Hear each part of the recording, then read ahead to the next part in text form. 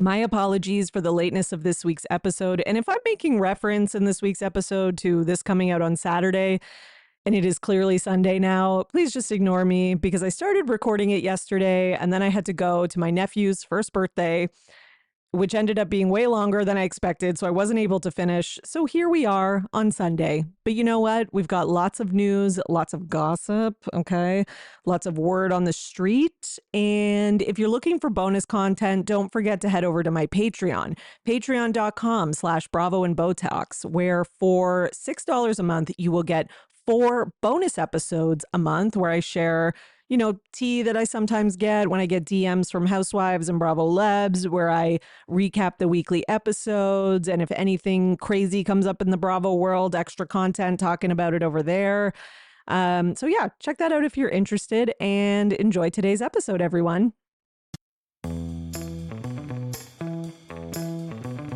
Welcome to the Bravo Papers, a safe space for all us Bravo fans who love to analyze, deconstruct, and talk about our favorite Bravo shows ad nauseum. So join me, Bravo and Botox, and we'll catch up on all the Bravo news and read way too much into our favorite shows and Bravo celebrities.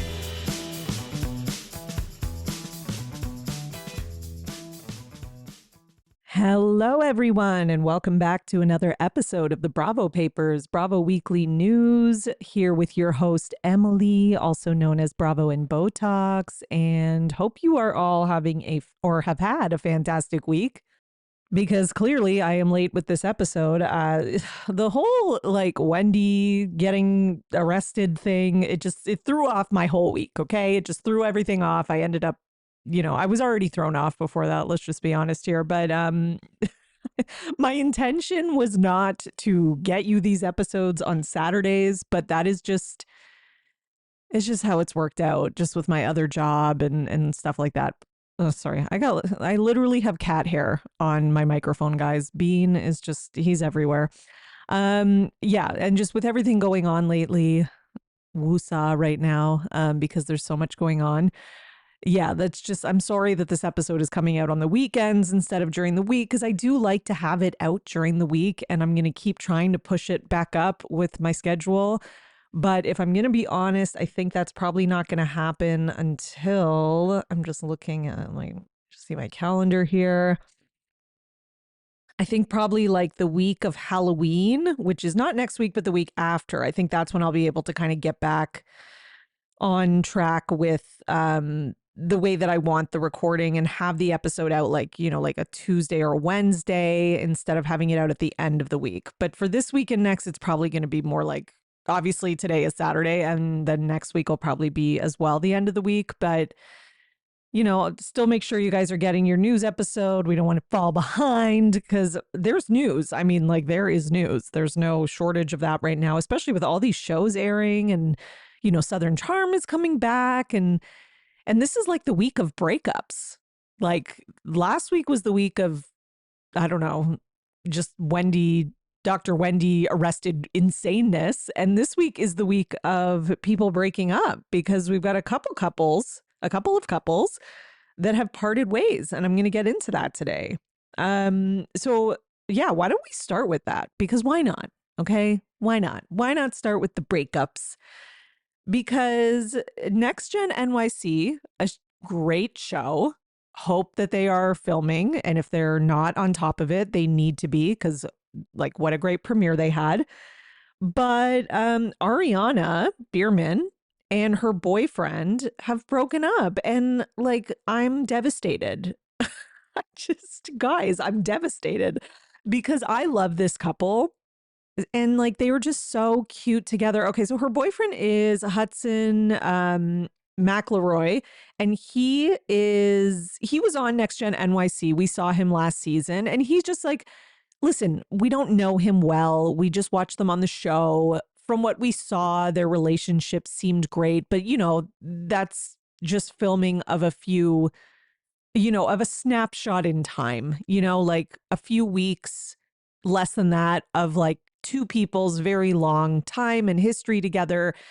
And, Ariana's got a lot of, I don't know, I don't want to call it baggage, but I don't can't think of another word right now, but she's got a lot on her plate, like with her mom, clearly. Like, I don't know, like, I'm sure that's difficult. I'm sure that adds to, the stress and pressure and things like that. And, Hudson seemed like a really good boyfriend.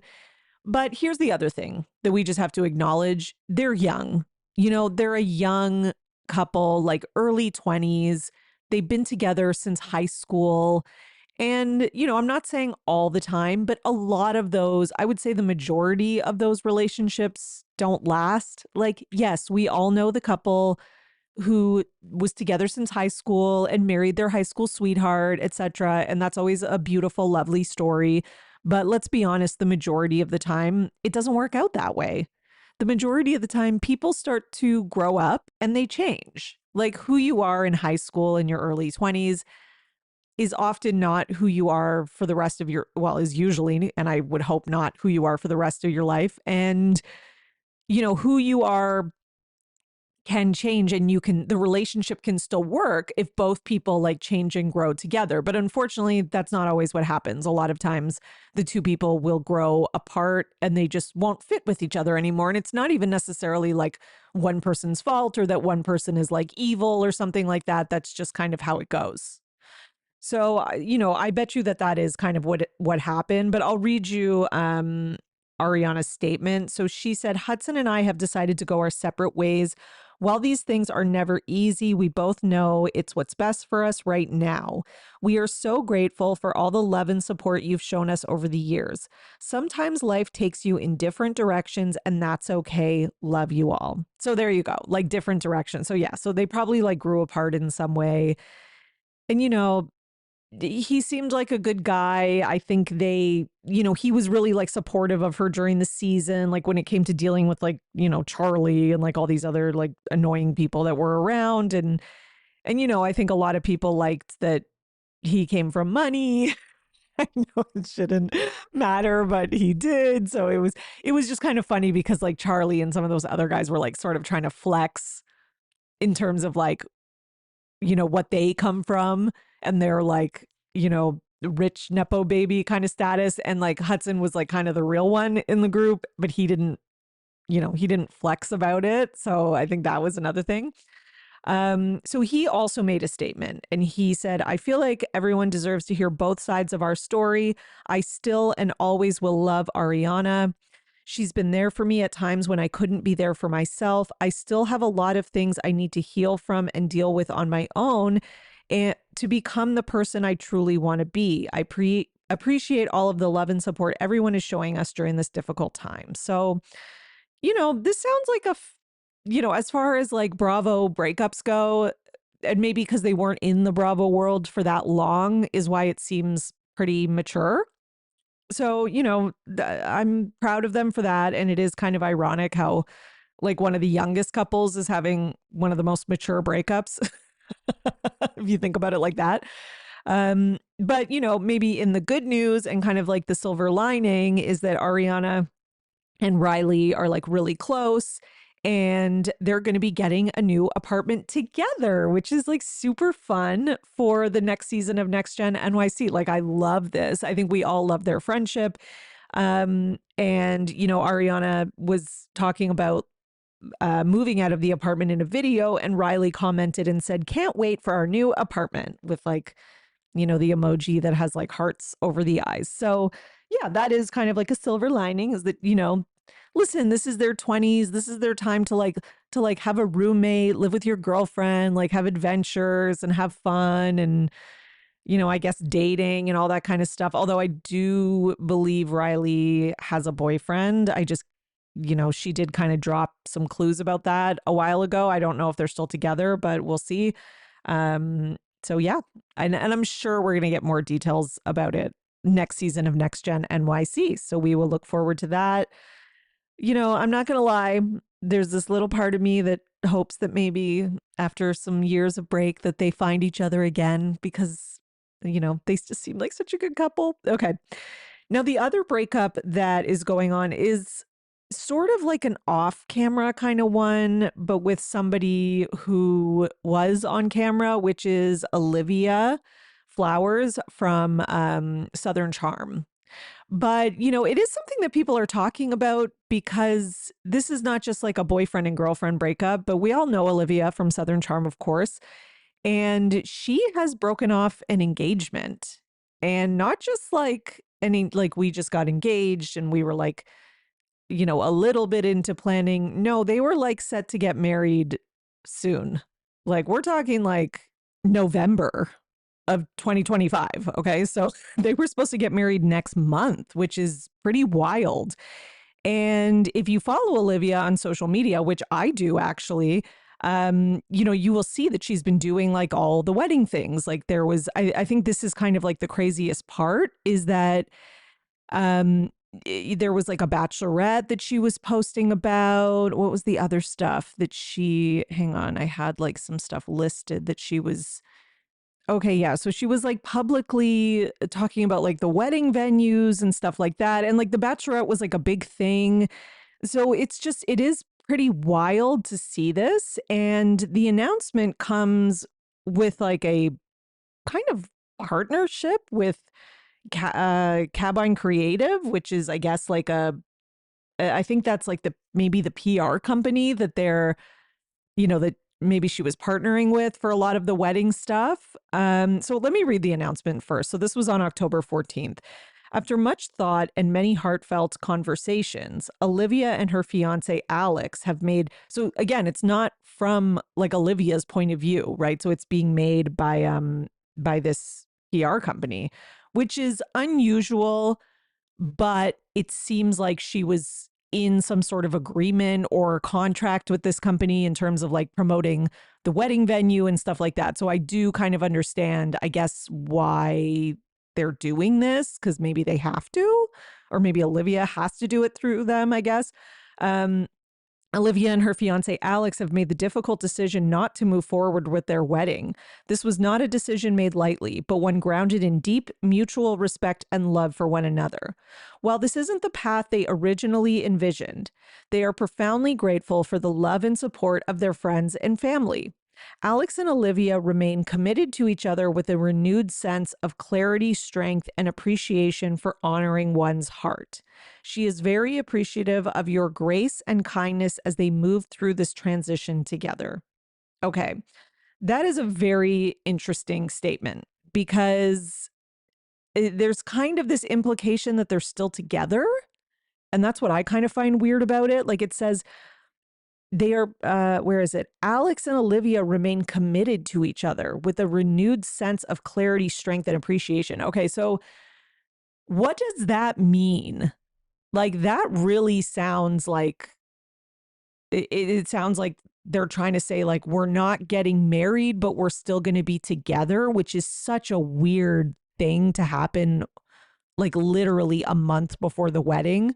So I don't know. I mean, like, people have noticed, myself included, is like a few days before the announcement, like she did post like kind of like happy pictures of like Alex and her. Like, I don't know. It's just, it's a very weird situation. It's hard for me, just as a cynical adult, who's to believe that you can call off a wedding and that the relationship is not broken. Like it is difficult for me to wrap my head around like, oh, we're going to call off this wedding that's, you know, not like we just got engaged 2 weeks ago and we realized that we're moving too quickly. It's like we have a venue booked. We're working with like a planner, a PR company. She's having this very public social media bachelorette and stuff, like with like tons of pictures. And she looks happy and excited. Like I don't know. Like that's very suspect to me. So I don't know. Like if I had to guess, okay, I have no evidence for this at all. But if I had to guess, something was found out about one of them, you know, let's just for, you know, speculation's sake, let's just say like someone found out the other one had had like an emotional affair or had like, you know, I don't know, cheated on like, who knows, maybe he cheated on the night of his bachelor party. I don't know, or whatever, something like that. I could see that person talking the other person into not like completely breaking up or being like, give me a chance. We're going to go to a counselor, etc. But even then, you know, I think a lot of people would still move. I know that's not the right decision, but I do think a lot of people would still move forward with the wedding, as bad as that sounds, just because of all the money and time you've put into it. But, that being said, I respect them for not moving forward with it, because at the end of the day, I don't know what happened. Again, there's no reference to infidelity or anything like that. Maybe one of them, just as simple as, got cold feet. Like, maybe one of them just realized that this is not, like, it's too soon. They don't want to get married at this point. But listen, I think if you call off a wedding, for the most part, if it is because you're like having cold feet or whatever, I think you want out of the relationship. I'm sorry. That's just my opinion. I think at the end of the day, it just comes down to, like, you're maybe not ready for this level of commitment. You don't want it and you want out. And I think even if you try to lessen the blow on the fiance or the person by saying, like, okay, we'll call off the wedding, but we won't break up, it's just a way of, like, kind of placating them until you can kind of get the balls to actually fully break it up. Like, to me, it was like kind of Carl wanted out of the relationship with Lindsay. I think he was scared to, like, fully admit that. And he even tried to do to try and pretend that he wanted to, still have a relationship, just not get married. But that was fake. He wanted out of the relationship.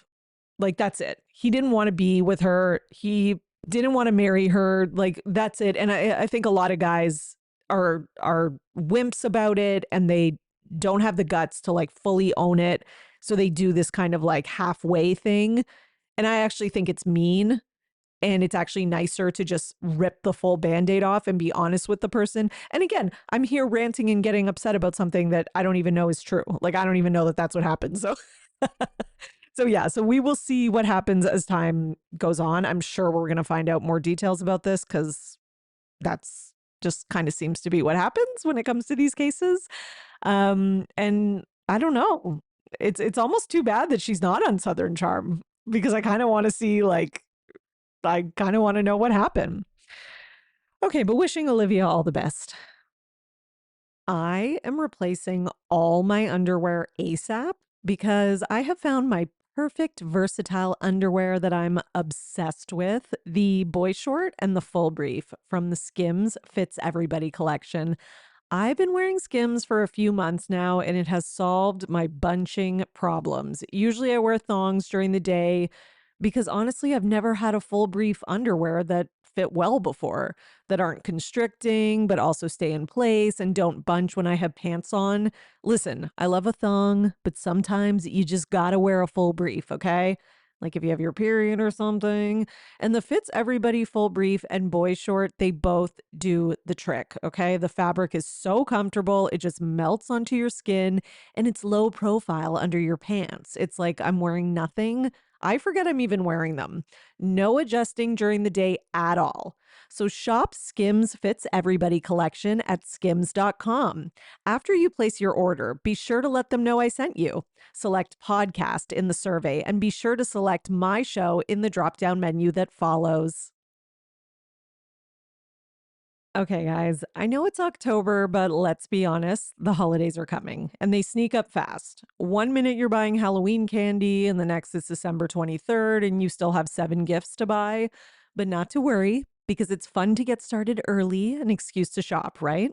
And Uncommon Goods makes holiday shopping stress-free and joyful, with thousands of one-of-a-kind gifts you can't find anywhere else. I love Uncommon Goods because I'm getting really tired of buying people the same, like, 5 gifts and gift cards over and over again. I love gift giving. I'm a big holiday person, and I want it to be really special. So I'll tell you guys what I got. So my husband is a huge football fan, and his team is the Detroit Lions, and they had so much unique NFL stuff. So I got him these Detroit Lions football helmet coasters. They're so nice. They look wooden and hand carved, and I know that this is one football gift that he will have not seen anywhere else.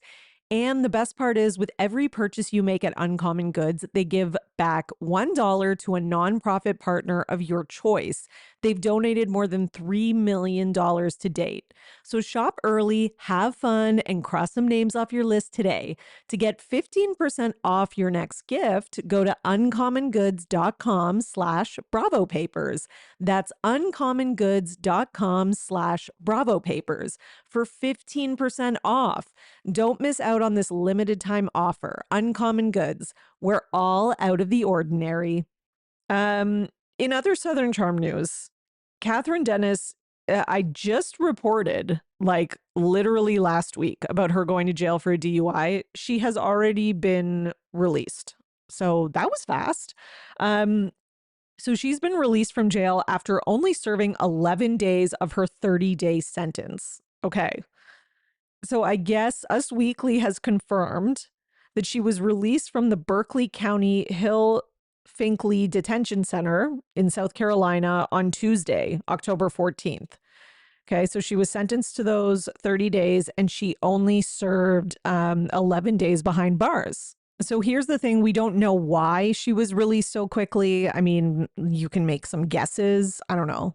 Good behavior, overcrowding, administrative bureaucracy stuff, or some sort of like plea agreement. Like, I don't know. And it doesn't say in like at least any of the news articles I saw. So if anybody does know, let me know, or maybe we'll find out more information later. But yeah, that's a crazy one. So speaking of potential prison time, let's talk about Wendy again and Real Housewives of Potomac, because we have a few small updates. You know, this is the kind of thing, like, we got a lot of news and updates like the first like day or two, and then there hasn't been a ton since, but there has been one thing, which is that I saw this and posted it on my story, but that I don't know if I'm saying this right. Wesleyan University has replaced Wendy Osefo as Distinguished Visiting Professor of Sociology. Okay. So an email from Albatron Center Director Kalia Brown Dean sent to students in Osefo's class explained that the Associate Professor of Sociology would take over teaching the class for the remainder of the semester. Neither the university nor Brown Dean responded to a request by the Argus for comment on her arrest. Students in Osefo's class were surprised at the news of her arrest. I mean, can we give them a confessional? Like, I would love to. I would love just like a little interview with, you know, like one of the students, like, how was she as a professor, or why are you surprised? Like, give us some more details. But yeah, so it seems like she was let go from that. And then, so that was posted online. Okay. I saw it. I shared it to my story. And then like 5 hours later, I see this one pop up. Wendy Osefo resigned from teaching position after arrest for fraud. And I was like, and this was from Us Weekly, and I was like, did you resign, Wendy? Or is that like I was like, that's Wendy's PR people, like, hard at work. Because that story came out about her being replaced, right? And that was like floating around everywhere on social media. And then literally a few hours later, we get this from Us Weekly. I'm not believing it, but let's read it anyways. So, Wendy Osefo is no longer an employee at the university. The college shared in their statement on Tuesday, October 14th, confirming that she resigned from her position. Her removal from the university came days after Wendy and her husband were arrested, etc. And here's the thing. You can resign and it can be a forced resignation almost. You know what I mean? Like, I guess I can kind of believe two versions of this. I can believe in, as a teacher and professor, being so humiliated by this arrest that you feel you cannot continue teaching, face your students, go on, and that you just want to kind of like be with your family, be in hiding, deal with your legal issues, and, you know, that's it. right? So that is not completely outside of the realm of possibility for this situation. I can also believe that the university would be like, we can't have this. Like, it's bad publicity. It looks bad on us. It's embarrassing, but we will allow you to say you resigned and we'll stand behind you, but we're not going to have you in this position anymore. Like, I could see both of those possibilities. And I'm leaning more towards the second one, the idea that like they just kind of were nice about it with her and told her like, we'll let you say you resigned.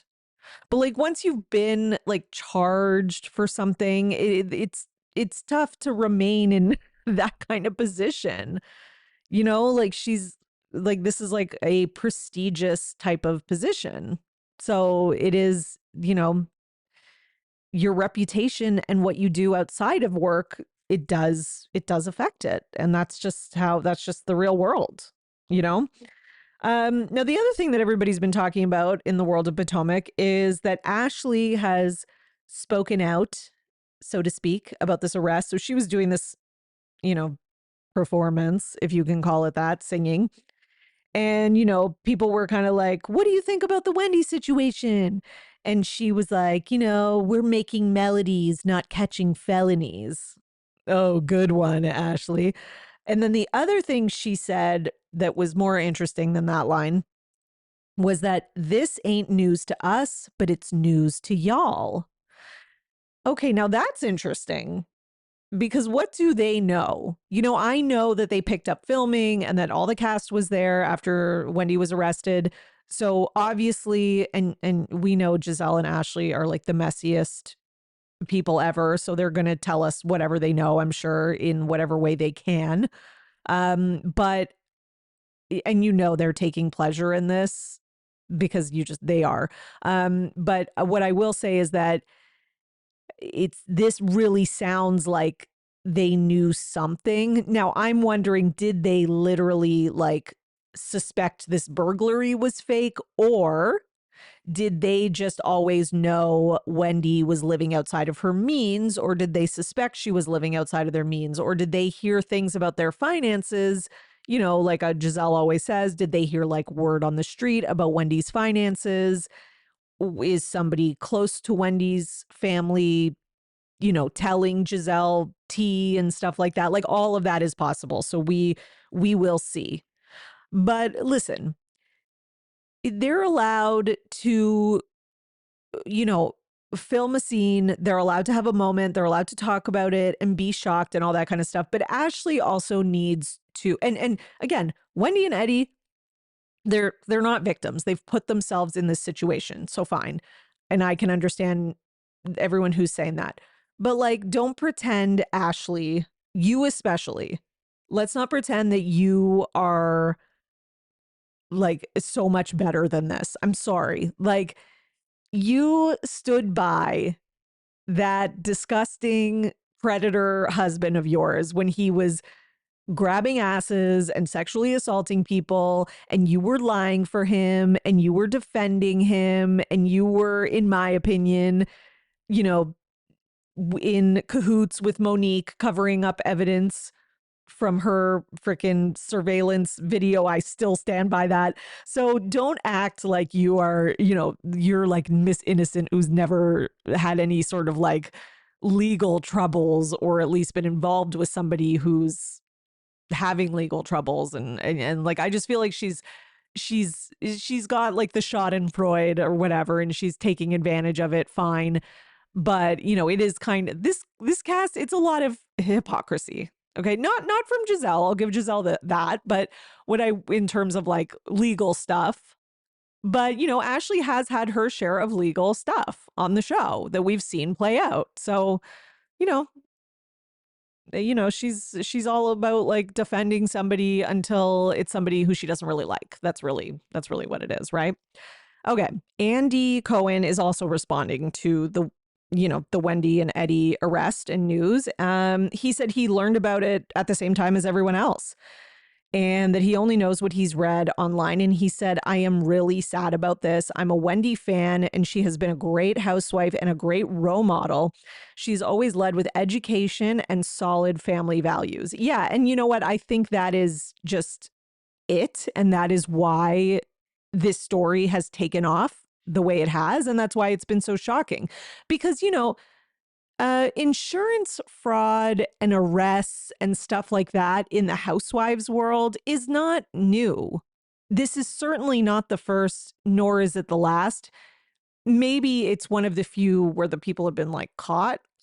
But what I will say is that the reason I think it has taken off is because of what Wendy and her husband represented. And I said this last week, but I will say it again, is that they did represent like this beautiful family with these like family values and education. And when you have that at like the forefront of things, it does make it that much more shocking when something like this happens, because it's like you're really seeing a different side of these people, and you start questioning like, oh, are they really who I thought they were, and stuff like that. Like, I have to be honest, I was more shocked by this and more floored by this than I was Jen Shah or Erica Jane.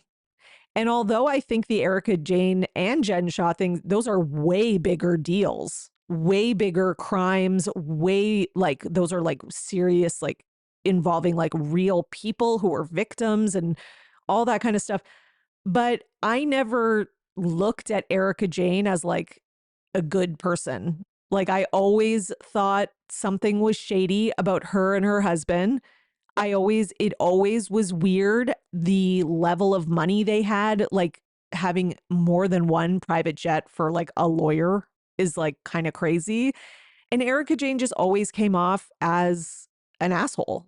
And she did seem, finding out she was kind of like a criminal and that all her money was like stolen and whatever. Like, don't get me wrong, that story was huge, bigger than this, certainly. But I'm just saying the shock factor for me as a fan was, and I always also just didn't like Erica Jane, to be honest. So I think that was the other thing. And then with Jen Shah was, although again, that was a huge story, I wasn't surprised at all, because she had been questioned about what she does for a living at reunions. It was literally a question that she answered, and it sounded shady. Like, I'll never forget when she was like, oh, I gather like data and then I sell it to other, like, it was like, and it was like, how are you spending like $40,000 on a party for someone who's like a friend, which is like wild. Like, her money didn't make any sense. And she was a terrible person. She came off like a terrible person. Again, I didn't like Jen Shah from the jump as well. I always thought she was annoying and toxic and always yelling. And I didn't like her at all. So again, like, Wendy, on the other hand, is just like so shocking to see that from her, as opposed to some other people. And again, that doesn't make it like a bigger news story. Like, I'm not saying it's like bigger than the Jen Shah or the Erica Jane thing, because it's not. Those stories were ginormous and huge. There's like documentaries made about them. I'm just saying, as like a housewife fan, that, you sort of feel like you have a sense of who they are. That part was more surprising. Now, in other Potomac news, it seems like my queen, Miss Stacey Rush, her divorce is legit. Okay. So vindicated, Stacey. Thank you. So her castmates, suspected that she was not really divorced, but it looks like it is, and that we might actually have some evidence of this. Okay, so some docs have been released that show that her husband, or whatever he is, filed for divorce in early December 2024, saying the couple married in Germany in September 2007 and had been separated since October 2023. He said they apparently hammered out a quick settlement as there was no hope of a possibility of reconciliation between the two parties. Well, clearly there was hope. But yeah, TMZ did some digging, and it looks like the divorce is legit. Huh. How about that? So here's what I have to say. Ashley and Giselle, suck it. How about that? Okay. Anyways, so that's pretty exciting that she has been vindicated in that. Do I still think that Stacey lies? Yes. Do I still love her? Also, yes. Okay. All right, what do we have next? Let's go to some Salt Lake City news. The Real Housewives of Salt Lake City are like taking over Us Weekly, and they did this iconic photo shoot where it's, you know, like a throwback kind of photo shoot to the original Desperate Housewives one that they did for Variety like back in the day, or Vanity Fair, one of those two, sorry. And so they did the same thing. They all like dressed like one of them in like the same color bathing suits and stuff, and they did the same pose, and it's just it's a great photo shoot. You should go check it out online, from Us Weekly, and like a great interview, and the headline on the cover is like best cast ever. And I mean, this is PR, like this is like good PR, so congratulations to them. um Now, the funniest part of it is Brittany's not included. Not that, not that that's funny. Well, it kind of is.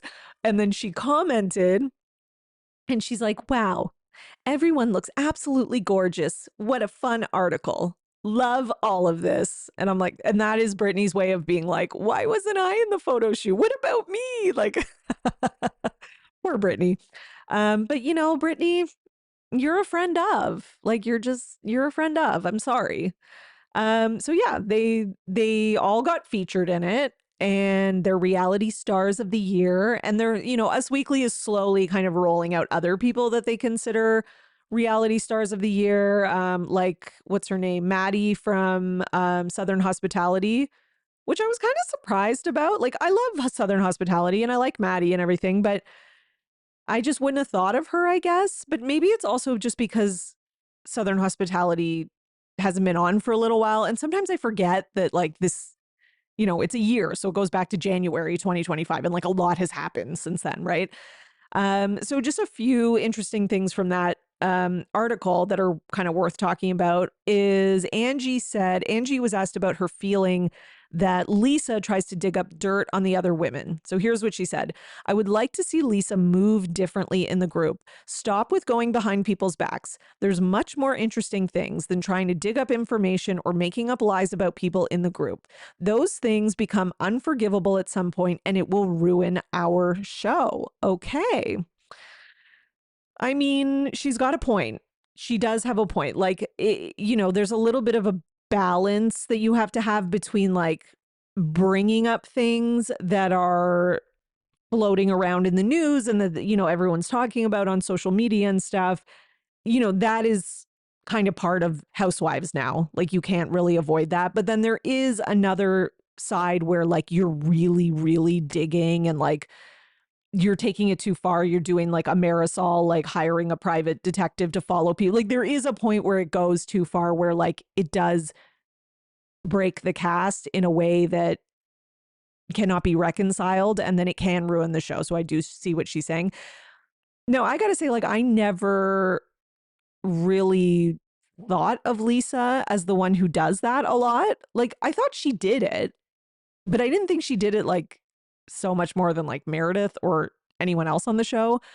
But now that this season is out and there's more talk about this amongst the cast, like, I'm kind of seeing that like maybe Lisa's doing a lot more behind the scenes than I ever knew about. And it does kind of seem like, it seems like that's probably a thing that isn't maybe talked about as much, you know, or Lisa's just kind of been able to like avoid it on the show. But I do think that stuff has been dug up about Lisa too, like, you know, the jazz tickets thing. And so I don't know, but there's got to be stuff that these women know that's going on off camera in terms of like digging and stuff that maybe means like Lisa's more guilty of that. I don't know. Or maybe it's just a classic, like, when it's happening to you, you suddenly care about it. But when it was happening to other people, you didn't care as much, which that did kind of get pointed out by Mary on this week's episode. So yeah.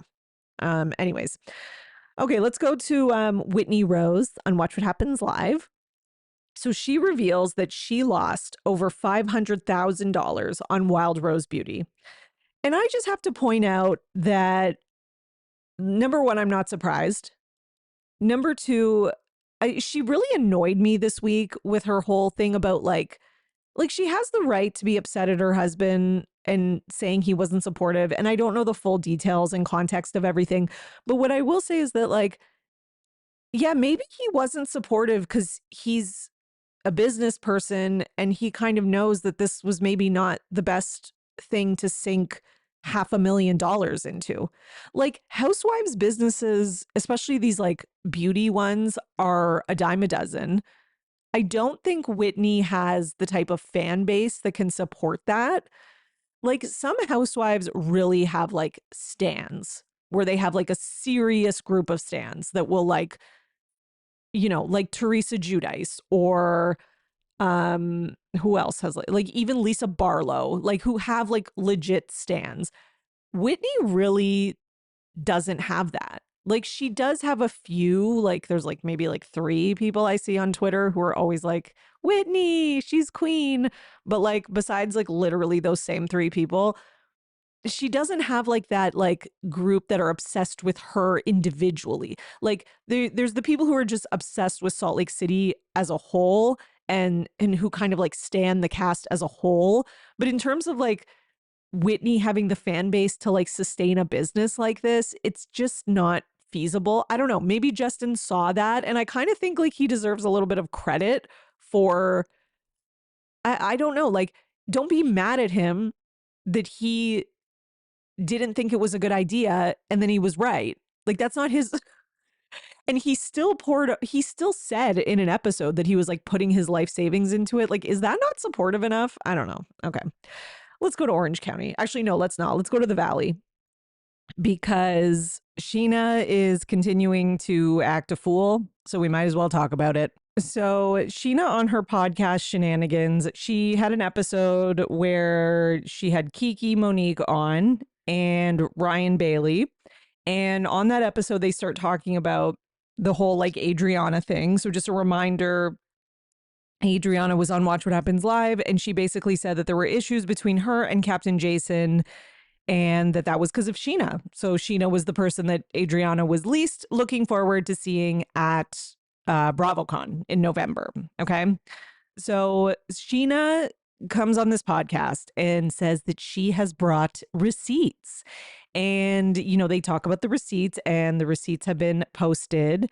And spoiler alert, they prove exactly what Adriana said and not Sheena. And I'm like, Sheena, do we not have like reading comprehension? Like what is going on? So here's the receipts, okay? So this is between Sheena and Captain Jason. Okay, so Sheena says, "Well, you were a hot topic tonight." And then he says, "Got the rumors going." And then she says, Adriana, I'm assuming she means Adriana, Ashley, LOL, not me, haha. And then he said, so she says, Adriana, Ashley, LOL, not me, haha. And then he says, thought you meant on Instagram. I'm going to 4 seasons to have, which I don't really get what that means, but says I'm going to, but again, there's maybe more context that we don't have. And then I'm going to 4 seasons to have a beer with my crew, then free. Then Sheena says, no, LOL. I just saw Instagram and commented, haha, heading back to hotel now. On the show, girls, Watch What Happens Live. You were a hot topic. Okay. And that's pretty much it. So it seems like if I'm interpreting this right, he thinks she's talking about Instagram, and Sheena makes it known that no, at BravoCon on like the Showgirls segment or whatever, Watch What Happens Live segment, he was a hot topic. And she brings it up like, well, you were a hot topic tonight, Adriana, Ashley, LOL, not me, haha. Like, as in, like, now I'm understanding this more. I was taking that wrong about the, like, not me, ha, ha, ha. I think she was saying, like, wasn't bringing you up, but here's the girls who were bringing you up and who talked about you. Like, kind of like, yeah, like she's kind of insinuating or trying to make it out into, like, a thing, right? Like, as though, like, maybe like Adriana and Ashley, who I guess were pursuing him at some point or were genuinely interested, as Sheena says in the interview clip, because in the podcast interview clip, Sheena says that, oh, Ashley was genuinely interested and she wanted to date him and all this kind of stuff. And she's like going on and like telling all this Ashley's business. So clearly what Sheena was trying to say is that like, oh, these girls were like, talking about you and like gossiping about it and like spilling like all the tea. Like she was, she was being messy and she's making it sound messy. And exactly as Adriana says in her interview that she had, where she was like, no, I was just saying that we went on a couple dates and, that we kissed or whatever. And it was nice and it was like sweet and, but like not a lot happened. And that was it. But then she says, like, Sheena was trying to make it into something negative, which is exactly what it was. And then Sheena even admits, like in this interview, this podcast interview, that like she was wanting to hook him up with her friend being Lala. So clearly you were like not wanting him to continue being interested in Ashley and Adriana if he was interested in either of them. And you were trying to get him for Lala. So you were planting a seed here. Like you were messaging him and being like, oh, you guess who talked about you like on the, at the Showgirls panel and blah, blah, blah. And like, look what they said about you or whatever. And then she also, so yeah, like she is being messy. Like she's planting a seed of like, you sure you want to date these girls because they're talking about you. And then even when he's like, oh, I thought you meant on Instagram, she's like, nope, I'm talking about it this. Like, and then here's the other thing that drives me crazy about it is she's like, and then he was like inviting me to go have drinks and da-da-da. No, he wasn't, Sheena. I'm going to the Four Seasons to have a beer with my crew, then free. So he was saying he's going to the Four Seasons to have a beer with his friends. He's not inviting you. I'm sorry. Like, I just like, it's like, do you have like this reading comprehension or do you have this ability to see how delusional you look? Like, this is crazy. But I mean, I guess she doesn't. And that's why she's been like so Sheena for all these years, if you think about it like that. Okay, so what else we got from the Valley? Brittany is single. So she was dating this guy, Brandon Hansen, and they split 2 months after debuting their relationship. Okay, so she talked about how it was, on her podcast, she talked about how basically it was like a whirlwind relationship and, things, I guess, went kind of quickly, but then things ultimately did not work out. So, I'm not that surprised about this. Like, this sounded a little reboundish. So, am I shocked that it didn't work? And listen, somebody who's going to be dedicating themselves to Brittany, they're going to have to be pretty dedicated because at the end of the day, you're going to be dealing with Jax, and dealing with Jax for the rest of your life or a long period of time is just not going to be easy. And I guarantee you that Jax, he's not going to make it easy. He's going to be a pain in Brittany's ass, which is going to end up being a pain in your ass. And yeah, it's just like, you got to really, you got to have a guy who's ready for that. Plus she's, I don't know, like a single mom. I don't know if I should use the term single mom because no, I should, because her ex is Jax. So yeah, she's definitely a single mom. And she's what's it called? A mom of a child with special needs. So, there's a lot there, right? So that's not just like small potatoes or anything like that. So I'm assuming we will get to see, the breakup or like the dissolvement of this relationship on the Valley. I'm not yeah, because I think they're filming now. And I know the girls just posted, like the Valley girls, posted some pictures of themselves on their Mexico trip and stuff. And, the guys were there too, of course. But yeah, it does seem like we'll probably be seeing this. So, okay, all right, we'll see. I wonder how much this guy filmed or if we'll get to get a sense of who he is and stuff like that. I am kind of curious about that. Okay, so now let's actually go to Real Housewives of Orange County. So on the Orange County after show, Emily made a comment that has many people talking and has been floating around social media. She said what Katie did is a million times worse than what Gretchen did. Okay. And this has been something that a lot of people have been talking about, rightly so, and getting angry about because, Emily, what are you talking about? Like, okay, so if we're going to break it down here, so Katie lied about potentially, we don't even know like 100%. Katie may have lied about telling Kiki Monique that Gretchen told her a lie, by the way, um, about Tamra like drugging her or whatever and going to the hospital or whatever.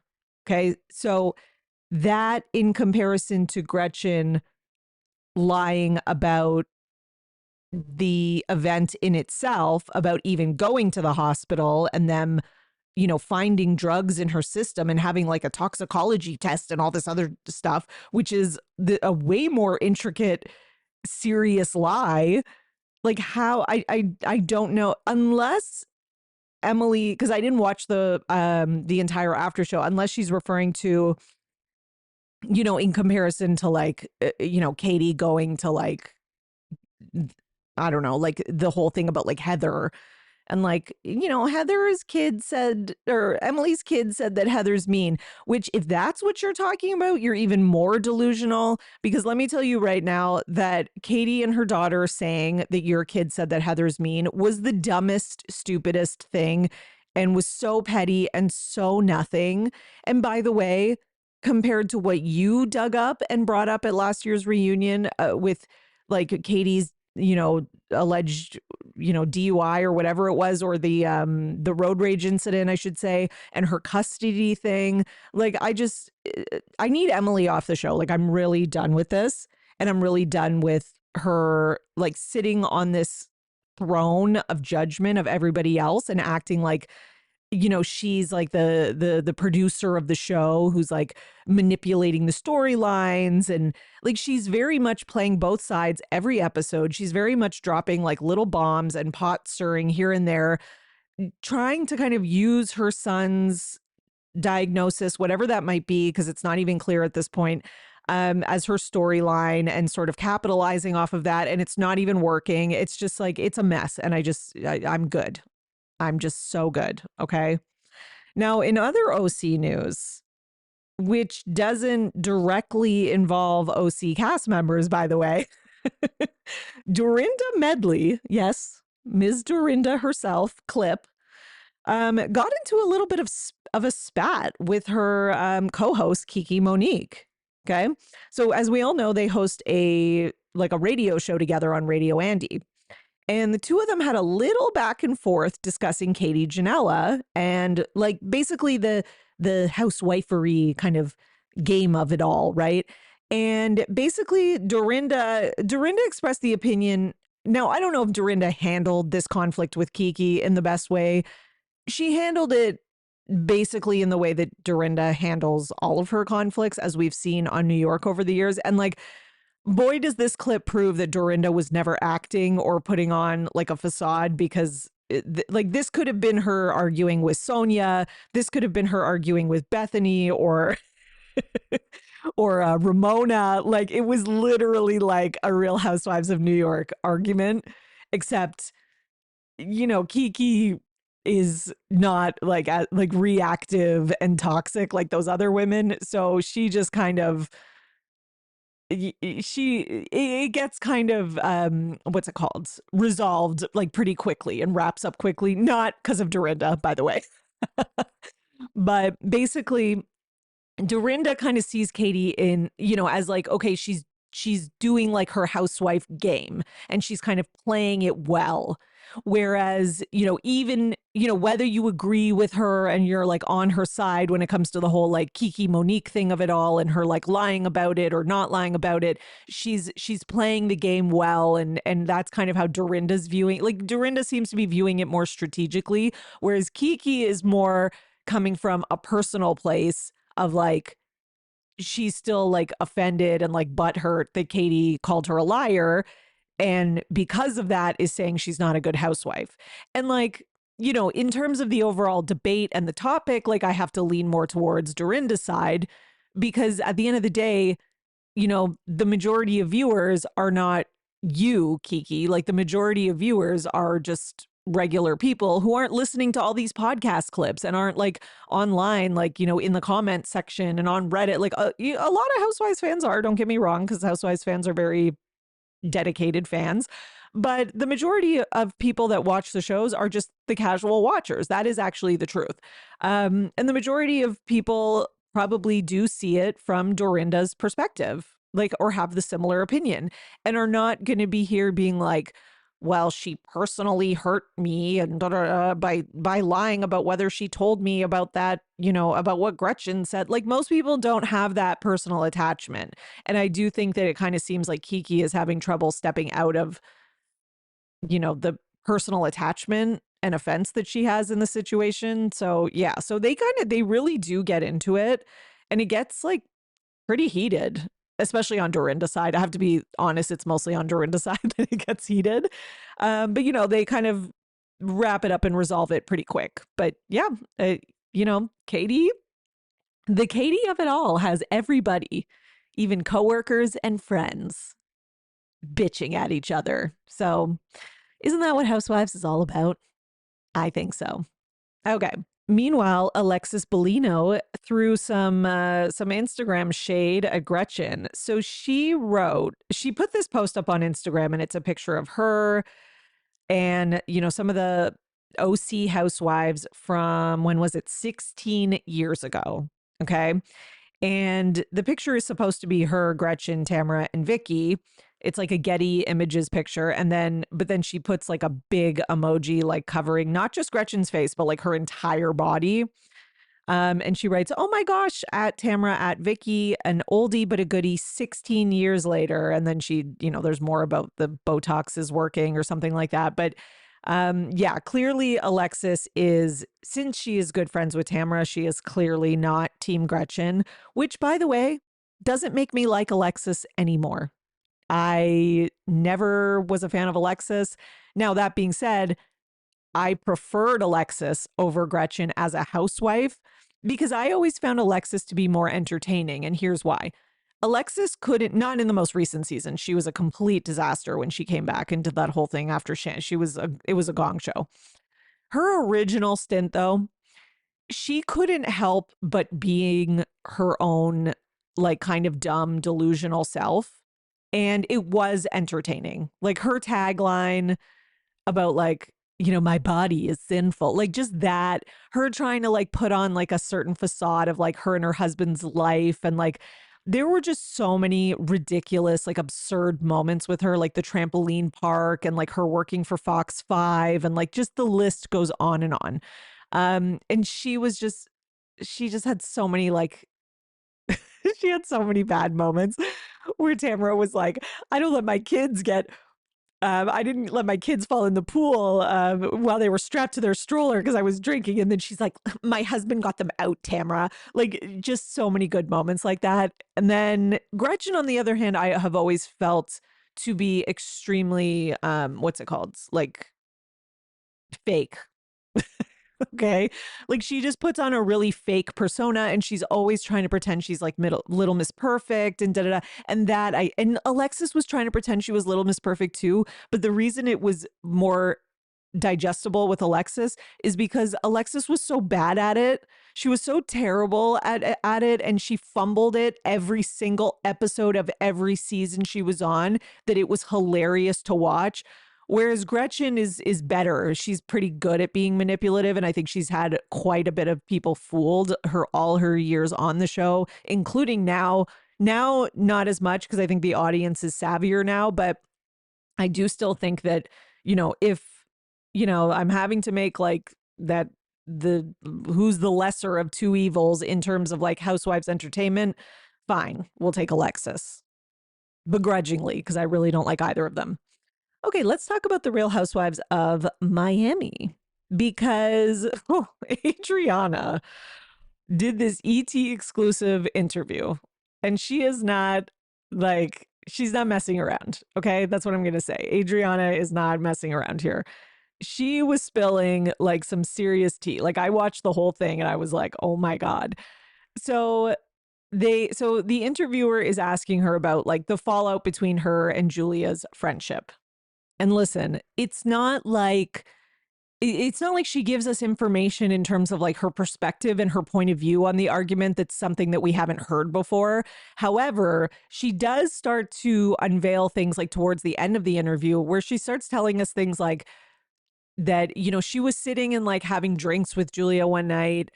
And I can't remember where she said they were having drinks, but basically she talked about how like Julia confessed to her about like multiple affairs that she'd had on Martina, how she'd had one where Martina found out and Martina was so upset that she like quote unquote left her like for real. And then Julia had to spend like 3 months like begging and pleading on her hands and knees to get Martina back. And then Martina finally decided to take her back. And then she said that, Julia would also tell Adriana that the reason she was like cheating or like straying from Martina is because Martina is so boring. And, the implication being like, I'm not satisfied with her because she's just like a boring old woman who's like not like an exciting partner to have. So, that's why she would like stray and that like their life was so boring and all this other stuff. So, yeah, digest that for a second. Okay. So, yeah, which again, is it like that shocking now that we found out all this other stuff about Julia like recently on the reunion? No, because it does like the whole thing with like the cop and the Haitian mortician and all that other stuff. Like it's like, okay, it does kind of make sense. And I'm sorry, but like if we're going to be honest, when Adriana brings up tea on Real Housewives of Miami, and this has been true since season 1, it always ends up being true. Like, and I'm not saying Adriana like never lies. I think she would tell white lies to cover her own ass in little situations. Like I think she was lying about the wretched ratchet thing. Yes. But do I think she makes up rumors that are completely untrue about castmates like just out of the blue? No. And I think that's why a lot of her castmates have such issues with her, is because she'll bring up like real shit that they don't want on camera and they're scared of that. Right. So, like, I'm sorry, I believe her. But yeah, basically, Julia thinks Martina's boring and cheats on her left, right, and center, and that Martina has left her, like for real. And this is not like Adriana doing an interview with some podcast that has 1,000 followers a month or whatever. This is Entertainment Tonight. So yeah, keep being you, Adriana.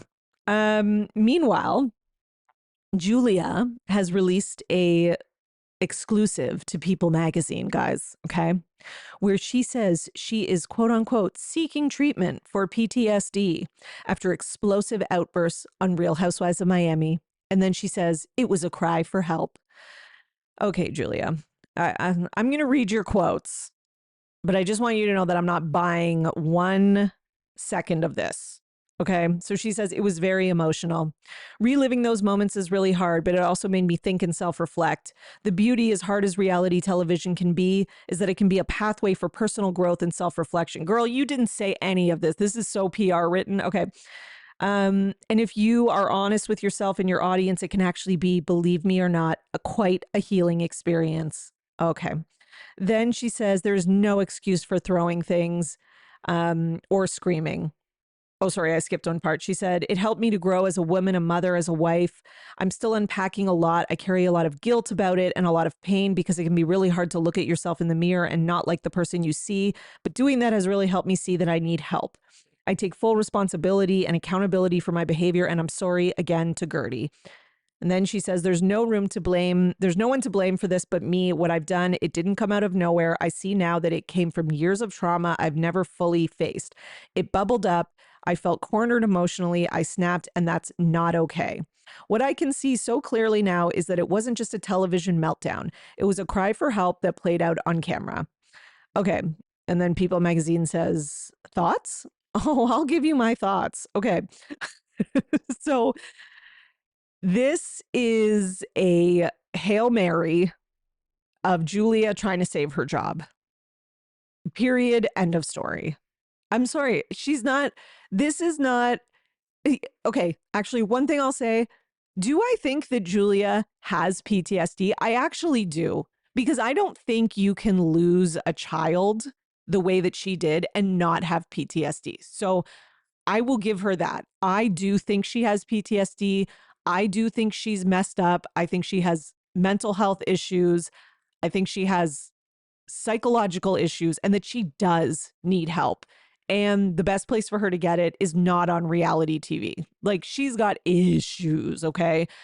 And I think she's been through some shit in her life. Like, there is no doubt about that. And I don't think anyone, whether you like her or not, is going to deny that.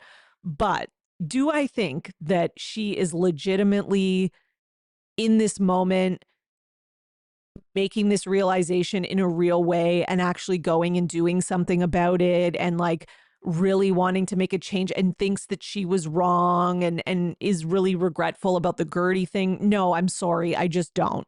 I think that in this moment right now, she knows she's on the chopping block. She knows she's about to lose her job. This is the Hail Mary that she's trying to, save her spot. I think on top of this, I think this is probably something that would sort of placate Martina for a little bit.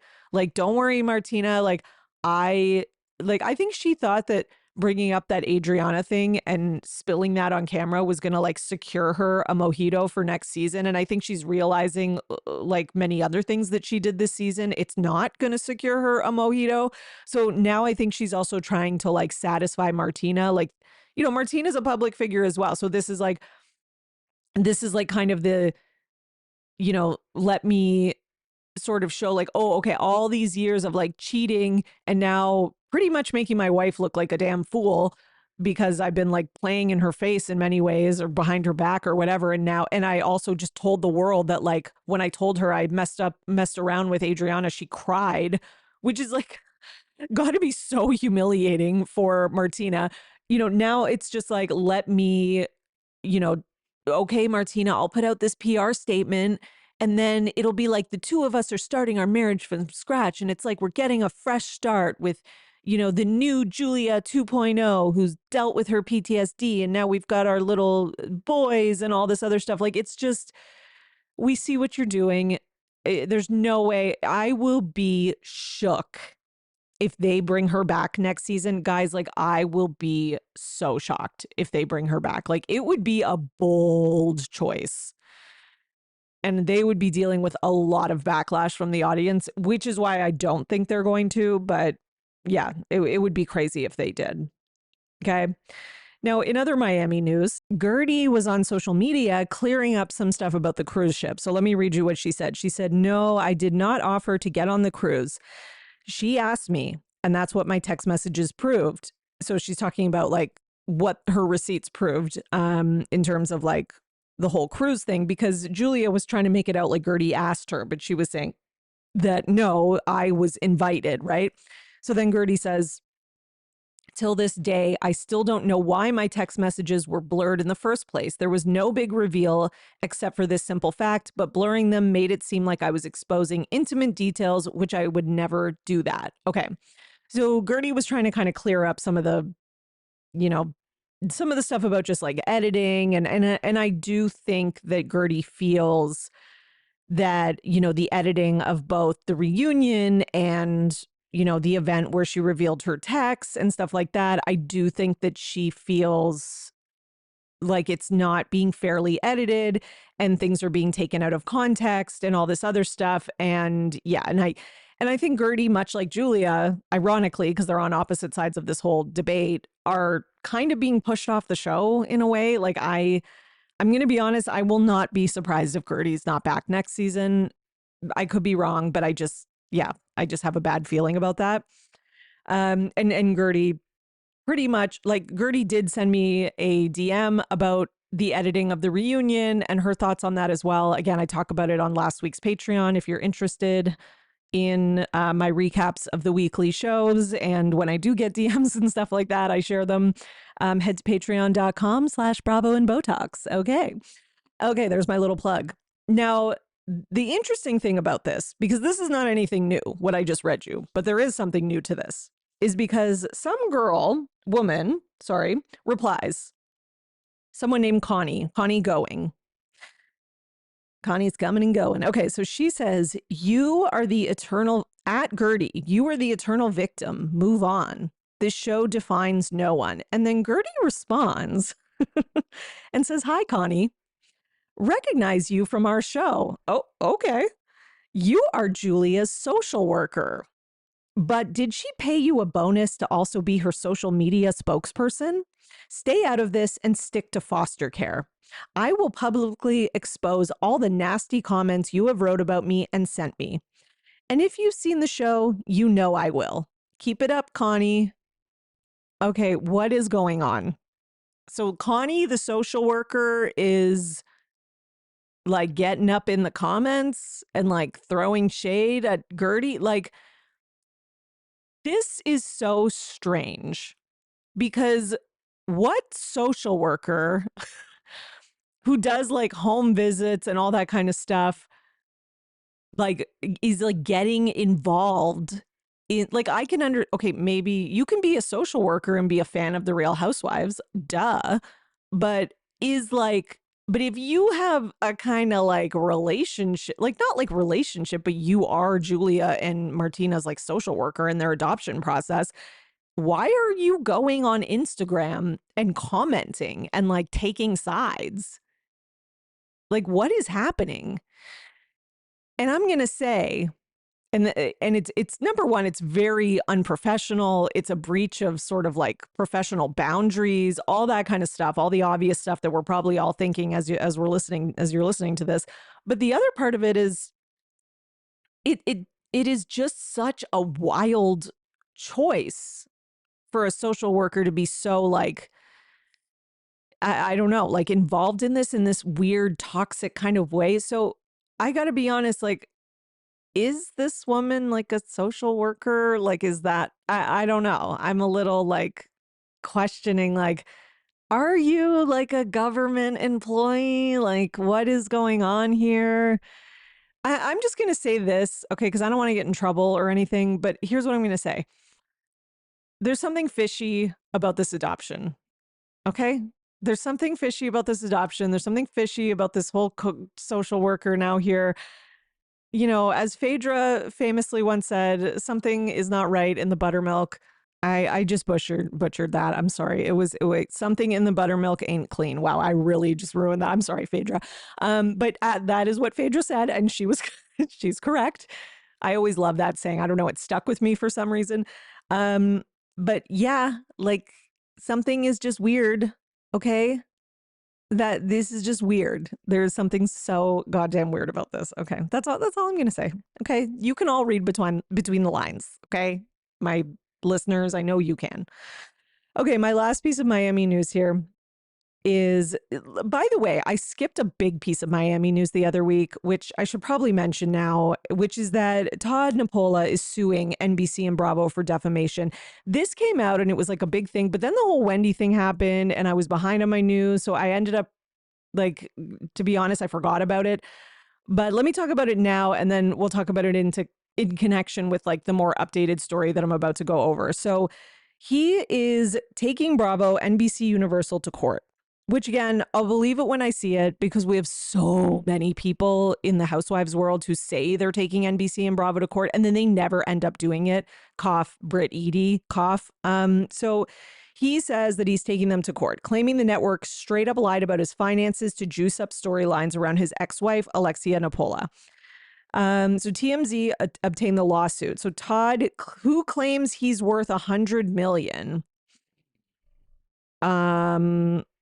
I just don't believe that for like 1 second. There's just no, like, but it's also so hard for me to wrap my head around somebody being this delusional because like, I don't think finances are like that hard to prove or disprove in court, but okay.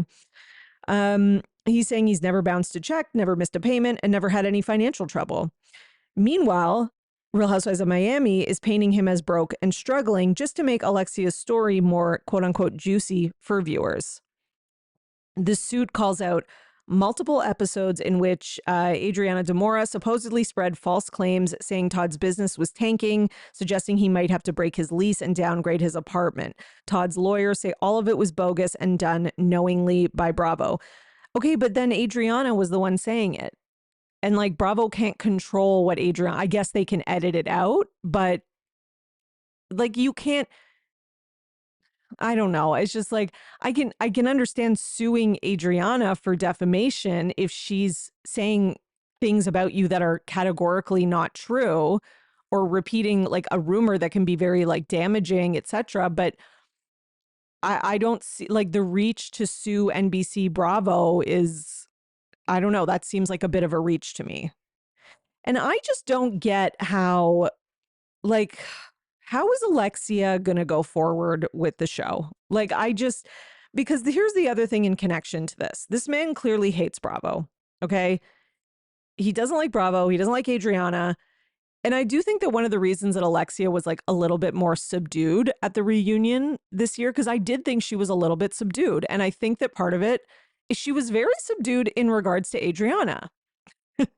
And I do think that there's a little bit of her trying not to get too much smoke from Adriana specifically because of Todd. Okay. Because, you know, there is this Reddit that was posted. Okay. So a Reddit user posted, Alexia is still with Todd. I live in Miami. And again, this is just word on the street. Somebody posted this on Reddit. It could be totally made up. It could be Adriana could be posting it for all I know. So again, this is not fact. Take it as a grain of salt. You know, this is a podcast. I'm not the New York Times. I'm not fact checking everything. I'm sharing gossip and rumors with you. You can believe it if you want, or you cannot. You know, it's a free country, hopefully. I live in Miami Beach. I've seen Todd like 3 times in the past few months for some reason, always by myself. Always by himself, sorry. We made eye contact once, laughing face emoji. Today I was riding a bike down the boardwalk and who did I see? Todd again. And next to him, Alexia. I wouldn't have noticed her if it wasn't for Todd. She looked like she was purposefully incognito. She had a visor covering her head and hair and sunglasses on, despite it being overcast and almost sunset, LOL. At first, I got kind of thrilled at seeing her with him, like a breaking the fourth wall moment. And then I got annoyed thinking she's lying to all of us. They are 100% still seeing each other if they're casually hanging out in Miami like that. As a viewer, I feel manipulated. Okay.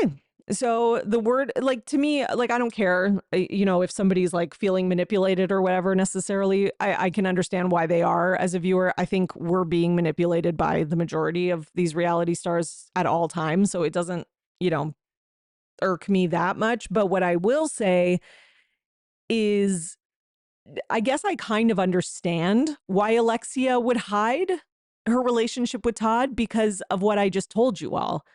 Like, the man is suing Bravo. He seems to hate this show. She seems to be like, I do think she's like a shell of herself when it comes to him. And I don't know. I feel like he has like some control or power over her. So I'm not as angry like with her in this situation, but I do think she is lying. I do think she is, you know, still seeing him. And I do think there's also a level of just embarrassment of like, you have talked so much shit about this man. You've called him a narcissist, all this other stuff. Everybody knows he's a bad guy. He's bad for you. Even you know he's a bad guy and he's bad for you, but it's like you're like addicted to this drug and you can't get out of it. So yeah, you're trying to hide it.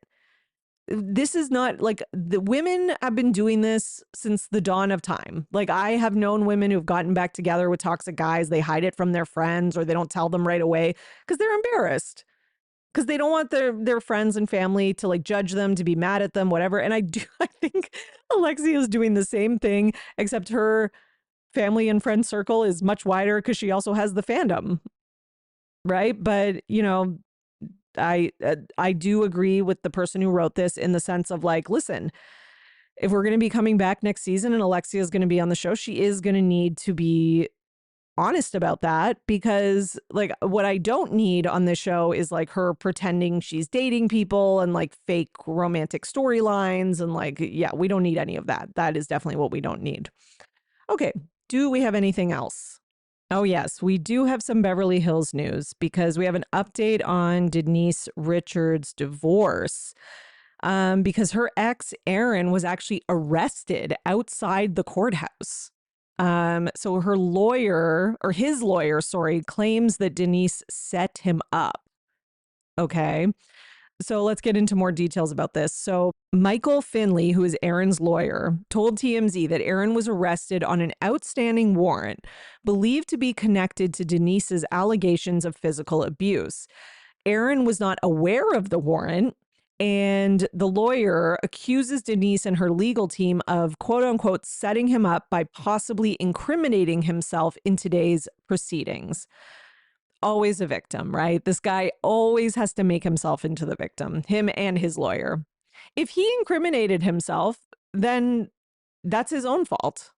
Okay? If he was stupid enough to take the bait, then like that, isn't that the whole thing about like lawyers and witnesses is like being very careful with like questions and not putting your person on the stand if you think they're going to incriminate. Like, sorry, I'm not having any sort of like, what's it called? Sympathy. Okay.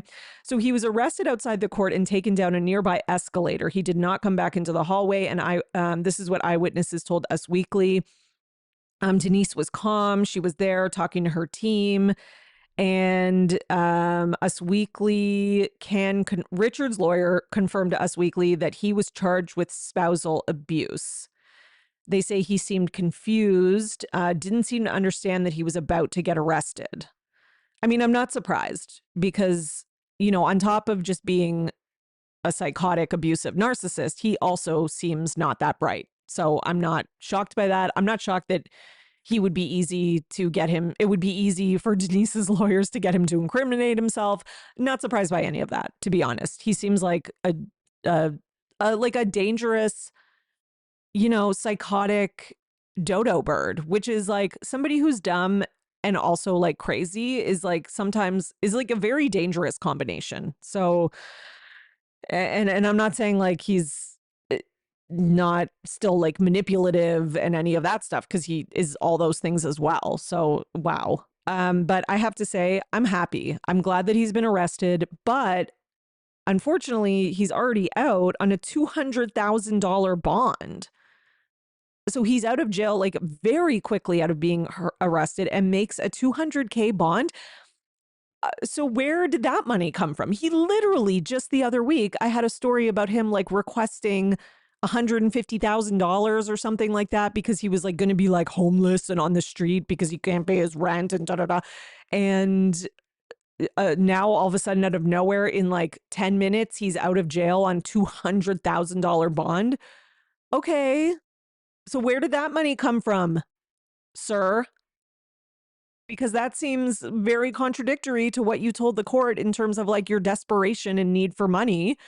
Like nothing that you cannot believe anything this man says. This man is a sociopath and dangerous. That's all I'm going to say to end off today's episode.